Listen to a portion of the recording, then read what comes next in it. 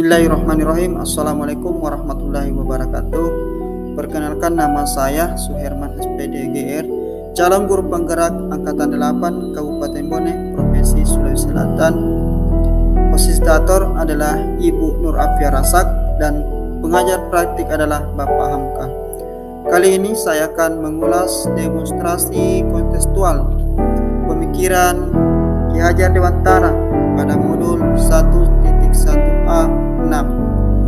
Ki Hajar Dewantara berpendapat bahwa pendidikan adalah menuntun segala kodrat yang ada pada anak agar mendapatkan keselamatan dan kebahagiaan yang setinggi-tingginya, baik sebagai individu maupun sebagai anggota masyarakat. Dan pengajaran proses pendidikan dalam memberikan ilmu yang berfaedah untuk kecakapan hidup anak secara lahir dan batin. Jadi pengajaran merupakan bagian daripada pendidikan yang bertitik tumpu pada pendidikan yang berpihak pada murid atau pada siswa.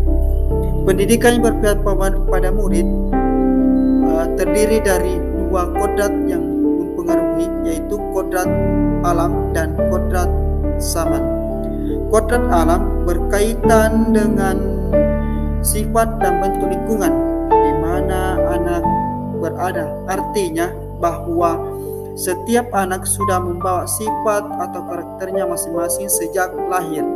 Jadi seberang kita sebagai guru atau pamong, kita tidak bisa menghapus sifat dasar yang ada pada anak. Yang bisa kita lakukan adalah menunjukkan dan membimbing mereka agar muncul sifat-sifat baiknya sehingga menutupi atau mengaburkan sifat-sifat jeleknya.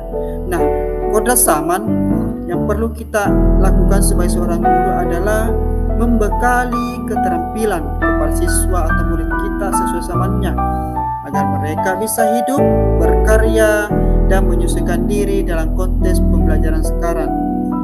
Nah, contoh yang dapat kita lakukan pada abad 21 ini adalah membekali keterampilan dan kemampuan pada siswa kita menggunakan berbagai teknologi seperti laptop, HP, dan sebagainya. Nah, bentuk kegiatan kontekstualisasi yang kami lakukan di sekolah itu berupa kegiatan pembiasaan, yaitu mencium tangan Bapak Ibu guru mereka setelah mengikuti kegiatan upacara. Semua siswa berbaris dalam satu arah, kemudian mencium tangan Bapak Ibu guru yang dimulai dari kelas 1 hingga kelas 6.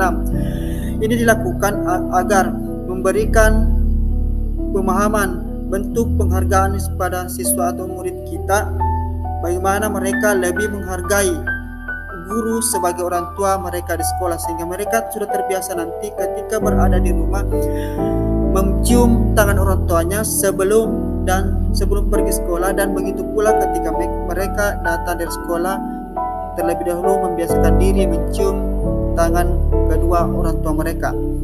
Nah, pembiasaan selanjutnya yaitu melaksanakan sholat duha bersama setiap hari Selasa sampai Sabtu pada jam 7.15 sampai jam 7.30. Ini kami lakukan di sekolah kami setiap hari Selasa sampai dengan Sabtu.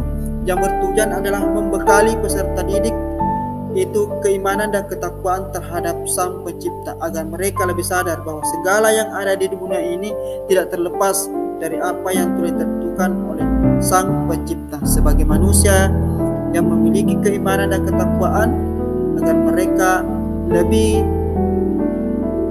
takut berbuat jika melanggar aturan atau ketentuan yang ada pada Sang Pencipta. Selain itu, kegiatan penanaman karakter yang lain adalah makan bersama setiap hari Kamis. Ini kita terapkan setiap hari Kamis pada saat jam istirahat. Siswa-siswi kami itu membawa bekal dari rumah, mulai dari kelas 1 sampai kelas 6. Membawa bekal dari rumah, kemudian pada saat jam istirahat mereka bersama-sama duduk membawa bekal mereka, kemudian sebelum makan bersama, salah satu perwakilan setiap kelas memimpin temannya membaca doa bersama sebelum makan. Nah, ini bertujuan agar membangun sifat kebersamaan dan rasa berbagi kepada siswa-siswi kami. Jadi ketika ada teman mereka yang yang kekurangan makanan atau kurang lauk, mereka bisa berbagi makanan sebagai bentuk kepedulian sesama. Menanamkan sejak dini lebih baik untuk membuat anak kita lebih peduli terhadap sesamanya ketika besar nantinya. Kemudian, untuk menciptakan suatu kegiatan pembelajaran yang lebih berpihak murid, tentu kita harus membuat pembelajaran yang lebih nyaman dan menyenangkan murid. Nah, salah satu yang kami lakukan di sini adalah selain pembelajaran dalam kelas, kami juga melakukan pembelajaran di luar atau di lingkungan halaman sekolah. Nah, ini pembelajaran kami kemas dalam bentuk kegiatan bermain, yaitu membentuk lingkaran, kemudian melakukan kegiatan seperti kejar. Ini dilakukan pada kegiatan pada hari Sabtu pada saat melakukan kegiatan kepramukaan atau ekstra kepramukaan di sekolah tadi untuk melatih kebersamaan. Selain itu, membiasakan siswa untuk tetap bersatu dalam melakukan suatu kegiatan. Nah, kemudian membekali murid menyesuaikan kodrat zamannya, itu perlu kita membekali murid suatu kemampuan seperti menggunakan teknologi HP dan atau laptop.